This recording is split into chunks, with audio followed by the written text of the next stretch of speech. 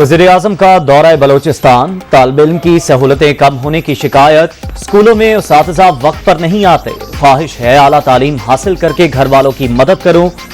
नन्हे बच्चे कासिम, शहबाज शरीफ की बच्चे की एजुकेशन के अखराजात उठाने की हिदायत।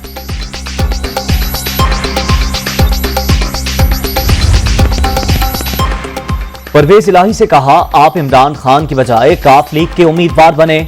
पीटीआई चेयरमैन ने मोनिस इलाही पर बददियानती के इल्जामात लगाए थे। शहबाज शरीफ और आसिफ जरदारी खुद हमारे घर आए थे। आर्मी चीफ की मईशत में मुदाखलत, सियासतदानों की नाकामी। चौधरी शुजात की प्रेस कॉन्फ्रेंस।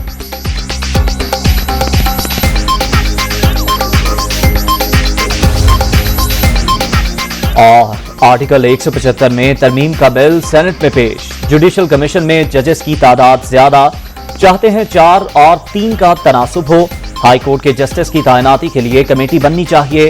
अदालतों में मुकदमात की ताखीर पर रिटायर्ड जजेस की कमेटी बनाई जाए। फारूक एच नायक।